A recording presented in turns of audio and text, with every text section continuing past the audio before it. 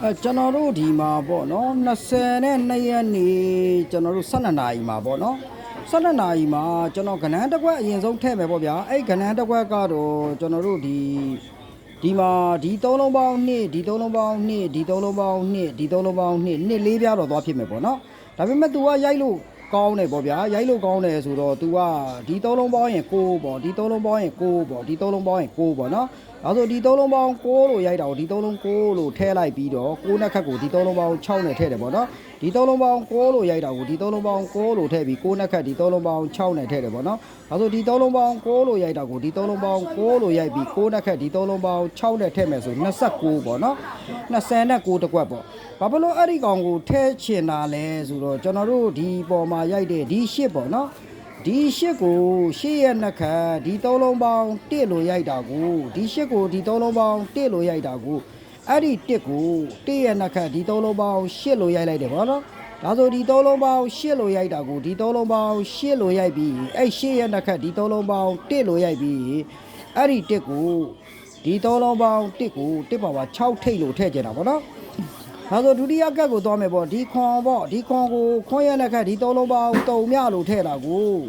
သူကဒီ3လုံးပေါင်း3မြလို့ထည့်တာကိုအဲ့ဒီ3မြရဲ့နှက်ခက်ကျွန်တော်တို့ဒီ3လုံးပေါင်း3မြကို3မြနှက်ခက်ဒီ3လုံးပေါင်းခွန်လို့ထည့်တယ်ပေါ့နော်ဒါဆိုဒီ3လုံးပေါင်းခွန်လို့ထည့်တာကိုအဲ့ဒီခွန်ကိုလည်းဒီ3လုံးပေါင်းခွန်ကိုလည်းသူကဒီ3လုံးပေါင်းခွန်လို့ထည့်လိုက်တယ်ပေါ့နော်ဒါဆိုဒီ3လုံးပေါင်းခွန်ဒီ3လုံးပေါင်းခွန်လို့ထည့်ပြီးအဲ့ခွန်ရဲ့နှက်ခက်ကိုဒီ3လုံးပေါင်း3မြလို့ပြန်ရိုက်တဲ့အတွက်3မြပါဝါ9ထိတ်လို့ထည့်ကြတာပေါ့နော်ဒါဆိုဒုတိယတတိယကတ်ကိုသွားလိုက်မယ်ပေါ့နော်ဒီ3မြက3မြရဲ့နှက်ခက်ဒီ3လုံးပေါင်းခွန်လို့ရိုက်လို့ဒီ3လုံးပေါင်းခွန်ကိုဒီ3လုံးပေါင်းခွန်ကိုသူကခွန်ရဲ့နှက်ခက်ဒီ3လုံးပေါင်း3မြနဲ့ရိုက်တယ်ပေါ့နော်ခွန်ရတဲ့ခက်3မြနဲ့ရိုက်တယ်ပေါ့နော်ဒါဆိုဒီ3လုံးပေါင်းခွန်ကိုခွန်ရတဲ့ခက်ဒီ3လုံးပေါင်း3မြလို့ရိုက်တဲ့အတွက်သူ့ကိုလည်းဒီ3လုံးပေါင်း3မြဆိုပြီးရိုက်တယ်ပေါ့နော်ဒါဆိုဒီ3လုံးပေါင်း3မြဒီ3လုံးပေါင်း3မြလို့ရိုက်လိုက်တဲ့အတွက်3မြရဲ့နှက်ခက်ကိုဒီ3လုံးပေါင်းခွန်လို့ရိုက်လိုက်တယ်နော်အဲ့ခွန်ပါပါကိုနှစ်ထိတ်ဆိုပြီးတော့ကြိုက်တယ်ပေါ့ဗျာနော်ဒါဆိုကျွန်တော်တစ်ခုချင်းပြလိုက်မယ်ပေါ့နော်အဲ့တော့ဒီ3လုံးပေါင်း1ဒီ3လုံးပေါင်း1အဲ့ဒီ1ကို1ပါပါ6ထိတ်လို့ရိုက်လိုက်တယ်ပေါ့နော်အဲ့တော့ဒီ3လုံးပေါင်း3မြဒီ3လုံးပေါင်း3မြအဲ့ဒီ3မြပါပါ9ထိတ်လို့ရိုက်လိုက်တယ်ဗောနော်ဒီ3လုံးပေါင်း9ဒီ3လုံးပေါင်းခွန်ဒီ3လုံးပေါင်းခွန်လို့ရိုက်တာခွန်ပါပါ2ထိတ်လို့ရိုက်လိုက်တယ်ဗောနော်ဒါကြောင့်ဒီ2ထိတ်ကိုကျွန်တော်နည်းနည်းသဘောကျတယ်ဗောဗျာနော်2ထိတ်ကိုဗောနော်ဒါဆိုအဲ့ဒီ2ထိတ်နဲ့ကျွန်တော်တို့ကဒီမှာဗောကျွန်တော်2 4နှစ်ကို2ကွက်ကြိုက်တယ်ဗောနော်2 4နှစ်ကိုဗောနော်ဒါဆို2 4နှစ်ကိုဆိုတော့ကျွန်တော်ဒီ2 4နှစ်ကို6နောက်ပိတ်ပြမယ်ပေါ့နော်6နောက်ပိတ်ပြမယ်ဆိုတော့နှလုံးပေါင်း6နှလုံးပေါင်း6နှလုံးပေါင်း3မြနှလုံးပေါင်း9ပေါ့နော်6 6 3မြ9လို့ရိုက်တာကိုအဲ့ဒီ6 6 3မြ9လို့ရိုက်တာကိုဒီ3လုံးပေါင်း6ဒီ3လုံးပေါင်း6sorry ဒီ3လုံးပေါင်း6ဒီ3လုံးပေါင်း6ဒီ3လုံးပေါင်း3မြဒီ3လုံးပေါင်း9လို့ရိုက်တယ်ပေါ့နော်ဒါဆိုဒီ3လုံးပေါင်း6ဒီ3လုံးပေါင်း6ဒီ3လုံးပေါင်း6ဒီ3လုံးပေါင်း3 9လို့ရိုက်တယ်6 6 3မြ9ပေါ့နော်အဲ့ဒါတွေကိုဒီ3 6 6 3မြ9တွေကိုတဲ့6 6 3မြ9တွေကိုတဲ့6 6 3မြ9တွေကိုကျွန်တော်တို့ကအပေါ်ကနေပြီးတော့ဒီနှလုံးပေါင်း6ကိုသူကဒီ3လုံးပေါင်း6လို့ထည့်ပြီးရင်အဲ့ဒီ6ကိုကျွန်တော်တို့ဒီ3လုံးပေါင်း6နဲ့ထည့်မယ်ပေါ့နော်sorry ဒီ3လုံးပေါင်း6နဲ့ထည့်မယ်ပေါ့နော်အဲ့တော့ဒုတိယဒီနှလုံးပေါင်း6ကိုဒီနှလုံးပေါင်း6ကိုလည်းသူကဒီ3လုံးပေါင်း6လို့ထည့်ပြီးသူ့ကိုဒီ3လုံးပေါင်း6နဲ့ထည့်မယ်ပေါ့နော်ဒါဆိုတတိယနှလုံးပေါင်း3မြလို့ရိုက်တာကိုသူကဒီမှာ3လုံးပေါင်းရင်3မြလို့ရိုက်လိုက်တယ်ပေါ့နော်ဒါဆိုဒီ3လုံးပေါင်း3မြလို့ရိုက်တဲ့အတွက်သူ့ကိုလည်းဒီ3လုံးပေါင်း3မြနဲ့ခွန်နောက်ပိတ်ထည့်မယ်ပေါ့နော်ဒါဆိုဒီနှလုံးပေါင်း6လို့ရိုက်တာကိုအဲ့6ကိုလည်းဒီ3လုံးပေါင်း6လို့ရိုက်လိုက်တဲ့အတွက်သူ့ကိုလည်းဒီ3လုံးပေါင်း6မယ်ဆိုရင်6နောက်ပိတ်ပေါ့နော်ဒါဆိုရင်6နောက်ပိတ်ဆိုတော့ကျွန်တော်တို့ကဒီ6နောက်ပိတ်မှာပေါ့ဒီ3လုံးပေါင်းရင်8ဒီ3လုံးပေါင်းရင်ခွန်ဒီ3လုံးပေါင်းရင်3မြဒီ3လုံးပေါင်းရင်6ပေါ့နော်ဒီ8ကဒီ3လုံးပေါင်း8နဲ့ထည့်ပေါ့ဒီခွန်ကဒီ3လုံးပေါင်းခွန်နဲ့ထည့်ပေါ့ဒီ3မြကဒီ3လုံးပေါင်း3မြနဲ့ထည့်ပေါ့ဒီ3ကဒီ3လုံးဒီ6ကဒီ3လုံးပေါင်း6နဲ့ထည့်ဆိုတော့6နောက်ပိတ်ပေါ့နော်ဒါဆိုအစောက6 6 3မြ9ကိုလည်း6 6 6 3မြ9လို့ရိုက်တာကို6 6 3မြ6လို့ရိုက်လိုက်တဲ့အတွက်6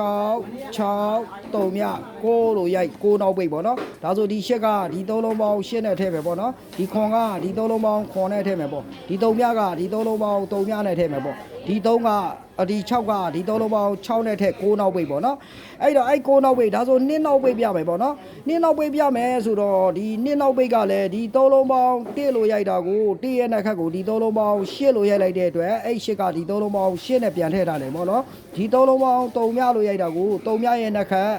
ဒီ3လုံးပေါင်းခွန်လို့ရိုက်လို့အဲ့ခွန်ကိုဒီ3လုံးပေါင်းခွန်နဲ့ထည့်တယ်ပေါ့နော်ဒါဆိုကျွန်တော်တို့ကဒီ3လုံးပေါင်းခွန်ဒီ3လုံးပေါင်းခွန်ကိုခွန်ရဲ့နှစ်ခတ်ဒီ3လုံးပေါင်း3မြလို့ရိုက်လိုက်တဲ့အတွက်အဲ့3မြကိုဒီ3လုံးပေါင်း3မြနဲ့ရိုက်တယ်ပေါ့နော်ဒါဆိုမင်းညကဒီ3လုံးပေါင်း8လို့ရိုက်တာကို8ရဲ့နှစ်ခတ်ဒီ3လုံးပေါင်း1လို့ရိုက်လိုက်တဲ့အတွက်အဲ့1ကိုဒီ3လုံးပေါင်း1နဲ့ရိုက်4နောက်ပိတ်ပေါ့နော်ဒါဆိုကျွန်တော်ပြန်ပြမယ်ဗျာနော်ဒီ3လုံးပေါင်း3မြလို့ရိုက်တော့ဒီ3လုံးပေါင်းဒီ3လုံးပေါင်း1လို့ရိုက်တာကို1နှစ်ခတ်ဒီ3လုံးပေါင်း8လို့ရိုက်တာကိုအဲ့8ကဒီ3လုံး8နဲ့ပြန်ထည့်ဒီ3လုံးပေါင်း3မြလို့ရိုက်တာကို3မြနှစ်ခတ်ဒီ3လုံးခွန်လို့ရိုက်လို့အဲ့ခွန်ဒီ3လုံးပေါင်းခွန်နဲ့ပြန်ထည့်ပေါ့နော်ဒါဆိုဒီ3လုံးပေါင်းခွန်လို့ရိုက်တာကိုခွန်နှစ်ခတ်ဒီ3လုံးပေါင်း3မြလို့ရိုက်လို့အတွက်အဲ့3မြဒီ3လုံးပေါင်း3မြနဲ့ပြန်ထည့်ပေါ့နော်ဒါဆိုဒီ3လုံးပေါင်း8လို့ရိုက်တာကို8နှစ်ခတ်ဒီ3လုံးပေါင်း1လို့ရိုက်လိုက်တဲ့အတွက်အဲ့ဒီရဲ့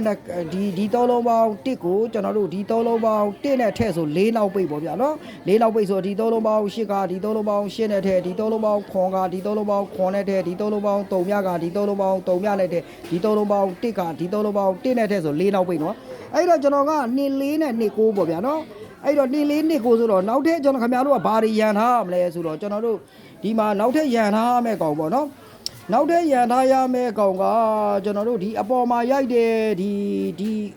အပေါ်မှာရိုက်ခဲ့တဲ့ဒီပေါ့ပြချိန်တောင်သိတော့ရမယ်မထင်ဘူးဗျာနော်ဒီ3လုံးပေါင်းရင်8ဒီ3လုံးပေါင်းရင်2ဒီ3လုံးပေါင်းရင်2ဒီ3လုံးပေါင်းရင်ခွန်8နှစ်ခွန်ပေါ့နော်ဒီ3လုံးပေါင်း8လို့ထည့်တာကိုဒီ3လုံးပေါင်း8နဲ့ထည့်ပြီး break 8ထည့်ထားလိုက်ပါဗျာနော် break 8ထည့်ထားတယ်အဲ့တော့ဒုတိယကတ်မှာလဲကျွန်တော်တို့ဒီမှာပေါ့ဒီ3လုံးဒီ3လုံးပေါင်း2ရှေ့နေခွန်လို့ရိုက်လိုက်တယ်ပေါ့နော်အဲ့ဒါကိုရှေ့နေခွန်လို့ရိုက်လိုက်တယ်ပေါ့နော်ဒါဆိုရင်ရှေ့နေခွန်လို့ရိုက်လို့ရှိရင်ကျွန်တော်တို့4 9နောက်ပိတ်နဲ့ကျွန်တော်တို့က3 4နဲ့8 9ဆိုပြီးတော့နှစ်ကွက်ထည့်ရမယ်ပေါ့ဗျာနော်အဲ့တော့ဒီ3ထိပ်စီးကတော့3ထိပ်စီးကလည်းဗျာကျွန်တော်တို့ဒီ3လုံးပေါင်းခွန်ကိုခွန်ထိပ်ဒီ3လုံးပေါင်း5ကို5ထိပ်ဒီ3လုံးပေါင်း6ကို6ထိပ်ဒီ3လုံးပေါင်း5ကို5ထိပ်ဒီ3လုံးပေါင်း3ကို3ထိပ်ပေါ့နော်ဒါဆိုရင် तू ကအဲ့ဒီ3ထိပ်ကို तू ကဖြစ်နိုင်မဖြစ်နိုင်ပေါ့ဗျာတော့ तू ဖြစ်နိုင်မဖြစ်နိုင်ဆိုတော့ဒီ3လုံးပေါင်း3မြကို3မြရင်နှစ်ခတ်ဒီ3လုံးခွန်ဒီ3လုံးပေါင်း9ကို9ရဲ့နှစ်ခတ်ဒီ3လုံး6ဒီ3လုံးပေါင်း8ကို8ရဲ့နှစ်ခတ်ဒီ3လုံး1ဒီ3လုံးပေါင်း4ကို4ရဲ့နှစ်ခတ်ဒီ3လုံး2ဒီ3လုံးပေါင်း6ကို6ရဲ့နှစ်ခတ်ဒီ3လုံး9ဆို3ထိပ်ပေါ့နော်အဲ့တော့3ထိပ်အဲ့တော့ဒီမှာ8ထိပ်ကလည်းကျွန်တော်တို့ဒီ8ထိပ်ကဒီခွန်ပါပါကိုဒီ3လုံးပေါင်းရင်2ဒီ3က3ပါပါကို3လုံးပေါင်းရင်8ဒီ3မြက3မြပါပါ3လုံးပေါင်းရင်5ဒီ3မြက3မြပါပါ3လုံးပေါင်းရင်5ဆို8ထိပ်ပေါ့နော်ဒါဆိုရင်3 4 8 4ပေါ့3 4နဲ့8ကျွန်တော်တို့3ထိပ်3 4 3 9ပေါ့ဗျာဒီလိုထည့်လိုက်ပေါ့နော်8 4 8 9ပေါ့နော်3 4 3 9 8 4 8 9ပေါ့နော်ဒါကတော့ခင်ဗျားတို့ကြိုက်တဲ့ဘက်ကိုယူထိုးပါဗျာနော်အဲ့တော့နောက်ထပ်ထိပ်စီးတစ်လုံးကကျွန်တော်နည်းနည်းလေးနောက်ထပ်ထိပ်စီးတစ်လုံးပေါ့နော်ကြိုက်တာလေးတွေကများနေတယ်ဗျာနော်အဲ့တော့ဒီပါပေါ့ဒီ3လုံးပေါင်း3ကို3လက်ခက်5ထိပ်တို့ဒီ3လုံးပေါင်း9လက်ခက်6ထိပ်တို့ဒီ3လုံးပေါင်း3ကို3လက်ခက်5ထိပ်တို့ဒီ3လုံးပေါင်း9လက်ခက်3မြထိပ်ဆိုလို့ရှိရင်တော့ကျွန်တော်တို့3မြ4နဲ့ကျွန်တော်တို့3မြ9ဆိုပြီးတော့ကြိုက်တယ်ပေါ့နော်ကိုကြိုက်တာကိုရွေးတယ်နော်အဲ့တော့နောက်ထပ်ထိပ်စီးကနောက်ထပ်ထိပ်စီးပြအောင်မယ်ဗျာနောက်ထပ်ထိပ်စီးကဒီ3မြက3လုံးပေါင်းရင်3မြတို့ဒီ3က3လုံးပေါင်းရင်3တို့ဒီ1က3လုံးပေါင်းရင်1တို့ဒီ9က3လုံးပေါင်းရင်9ဆို5ထိပ်ပေါ့ဗျာနော်5ထိပ်နဲ့ဆိုရင်လည်းကျွန်တော်9 4 5 9ပေါ့ဗျာနော်9 4 5 9ဒါမိမိကြိုက်တာမိမိတင်နော်အဲ့တော့ကျွန်တော်အကြိုက်ဆုံးကိုပြီးတော့မှပြောမယ်ပေါ့နော်အဲ့တော့နောက်ထပ်ထိပ်စီးတစ်လုံးကြိုက်တာကကျွန်တော်တို့ဒီမှာပေါ့နှလုံးပေါင်းရင်1နှလုံးပေါင်းရင်3နှလုံးပေါင်းရင်5နှလုံးပေါင်းရင်ခွန်1 3 5ခွန်ပေါ့အဲ့ဒါတွေကို3လုံးပေါင်းရင်1 3လုံးပေါင်းရင်3 3လုံးပေါင်းရင်5 3လုံးပေါင်းရင်ခွန်ဆို3မြထိပ်ပေါ့နော်အဲ့3မြထိပ်နဲ့ကြိုက်တယ်ပေါ့ဗျာနော်3မြထိပ်ကြိုက်တယ်ဒါဆိုရင်ကျွန်တော်ကြိုက်တဲ့ဟာလေးအမှန်ချစ်ထားလိုက်မယ်နော် အဲ့တော့နောက်တစ်ကောင်ထိပ်စီးကြိုက်တာကကျွန်တော်တို့ဟိုအရင်တုန်းကရိုက်ခဲ့တဲ့ပေါ့ဗျာနော်အရင်တုန်းကရိုက်ခဲ့တဲ့ဒီသုံးလုံးပေါင်း6လို့ရိုက်တော့ဟို6ပါဝါဒီသုံးလုံး1လို့ရိုက်လိုက်တယ်ပေါ့နော်ဒါဆိုအဲ့1ကို1ရဲ့ပါဝါကို तू ကဒီသုံးလုံးပေါင်း6နဲ့ပြန်ထည့်တယ်ပေါ့နော်အဲ့6ပါဝါကိုဒီသုံးလုံးပေါင်း1နဲ့ထိပ်စီးတစ်လုံးထည့်လိုက်မယ်ပေါ့နော်ဒါဆိုဒီသုံးလုံးပေါင်း8လို့ရိုက်တာကို8ပါဝါဒီသုံးလုံးပေါင်း3လို့ရိုက်လိုက်တယ်3ပါဝါဒီသုံးလုံးပေါင်း8လို့ရိုက်လို့8ပါဝါကိုဒီသုံးလုံးပေါင်း3နဲ့ထည့်လိုက်မယ်ပေါ့နော်အဲ့တော့တတိယထိပ်စီးတစ်လုံးပေါ့နော်ဒါဆိုဒီသုံးလုံးပေါင်း3မြလို့ရိုက်တာကို3မြရဲ့ပါဝါဒီ3လုံးပေါင်း5လို့ရိုက်လို့အဲ့5ပါဝါဒီ3လုံးပေါင်း3မြပြန်ရိုက်ခဲ့တယ်ပေါ့နော်ဒါဆို3မြပါဝါဒီ3လုံးပေါင်း5နဲ့5ထိပ်စီးပေါ့နော်ဒါဆို तू ကဒီ3လုံးပေါင်း6လို့ရိုက်တာ6ပါဝါကိုဒီ3လုံးပေါင်း4လို့ရိုက်လို့အဲ့4ပါဝါကိုဒီ3လုံးပေါင်း6လို့ရိုက်လို့အဲ့ဒီ6ပါဝါကိုဒီ3လုံးပေါင်း4မယ်ဆိုခွန်ထိပ်ပေါ့ဗျာနော်ကျွန်တော်ကအဲ့ဒီခွန်ထိပ်ကိုကြိုက်တယ်ဗျာနော်အဲ့ဒီခွန်ထိပ်ကိုကြိုက်တဲ့အတွက်ကျွန်တော်ခွန်4ခွန်9နှစ်ကွက်တင်ကွက်ပေါ့ဗျာနော်ခွန်4ခွန်9နှစ်ကွက်တင်ကအဲ့တော့ခွန်4ခွန်9 3မြ4 3မြ9ပေါ့နော်အဲ့ဒီနှစ်ကွက်ကိုကြိုက်တယ်နောက်ထပ်ကျွန်တော်ဒီကြိုက်တာ2 4နှစ်ကိုကြိုက်တယ်ပေါ့နော်အဲ့တော့ဒီ3လိုင်းကိုကြိုက်တယ်ပေါ့နော်ဒါလေးဒီကြတော့ဘယ်လိုလုပ်ရမလဲဆို900ဘုတ်လောက်စီရန်ပေါ့နော်ဒဲပေါ့နော်အားလုံးကန်ကောင်းပါစေဗျ